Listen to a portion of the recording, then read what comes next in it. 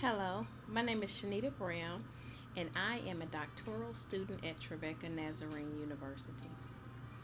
Today, I will speak briefly with you about facilitating change within your organization. I consider myself to be a change agent. That means I work to change the environment in which I inhabit for the better, even if it means shaking things up and making people a little uncomfortable.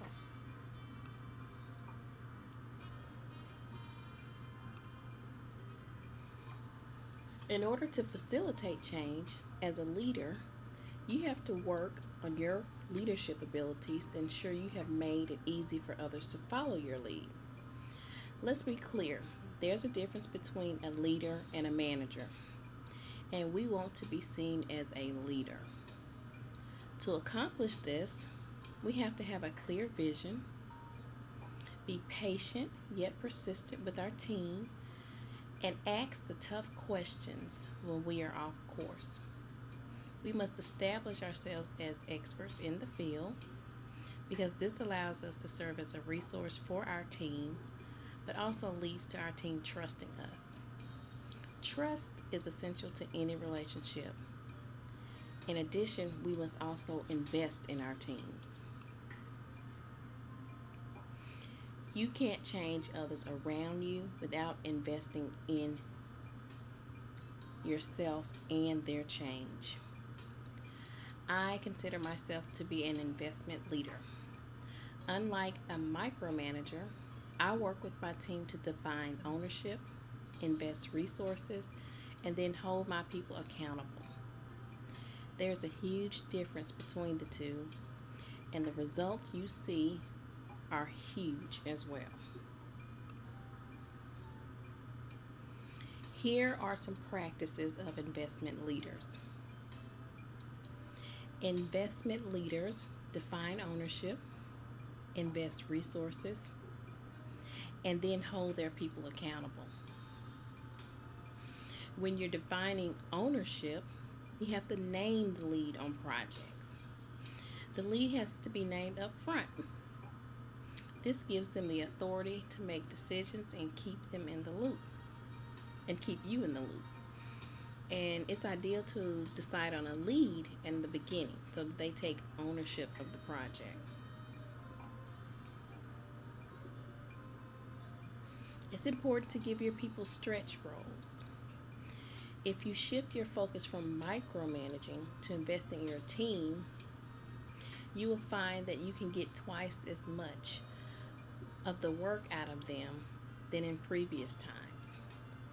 Don't ask people to take on all of the safe projects. Allow them to take on projects that stretch them to do things they've never done before.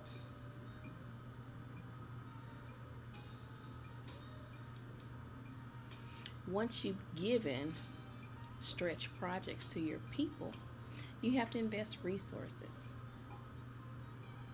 In helping them solve a problem, you can't always provide the answer even when you know it. If you do, you lost a teaching moment. It's in those moments when they have to stretch themselves hard to find the solution that they grow.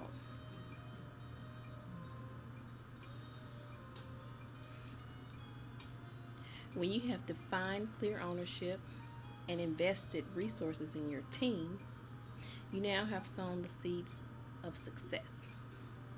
That means you have earned the right to hold people accountable. In doing that, you have to sometimes give the work back to them when they come to you saying that they can't complete it.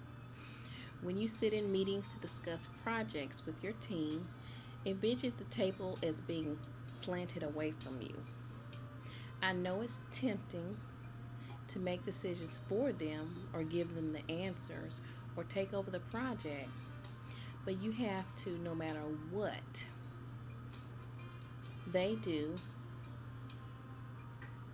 or what they hand you, let it slide back to them on that slanted table. Offer suggestions, discuss options and trade offs, and then ask them to go back and figure it out.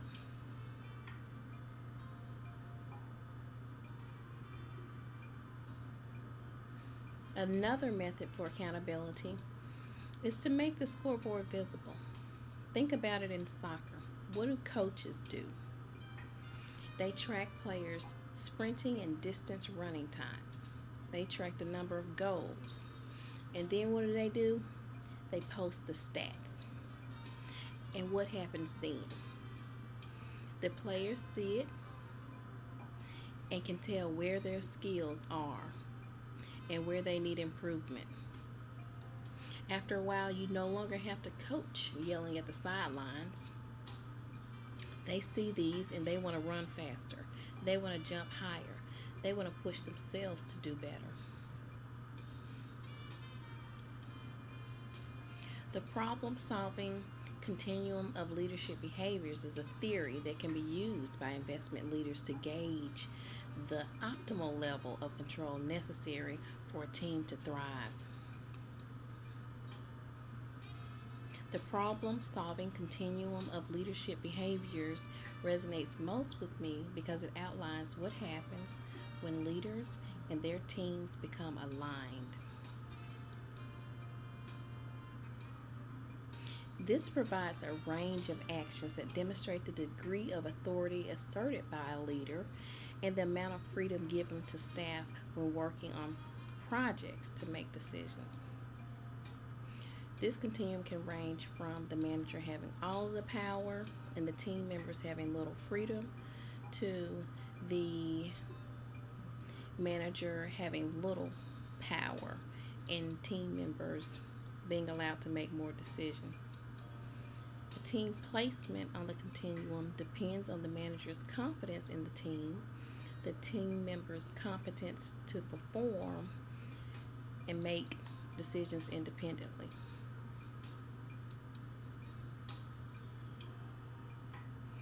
As you can see from the illustration, there is a range for the level of control that leaders have over their employees. This range can take a group from a democratic culture to an authoritarian culture. In an ideal working environment, leaders and teams both take ownership of the outcomes of a project. We talked about that before.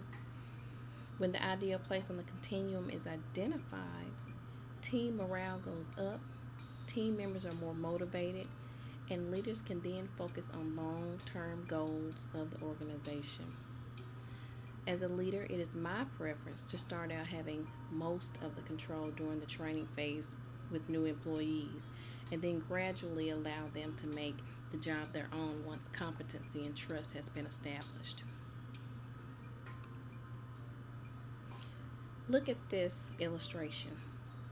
Here's the difference between micromanagers and investors when it comes to getting results from their team.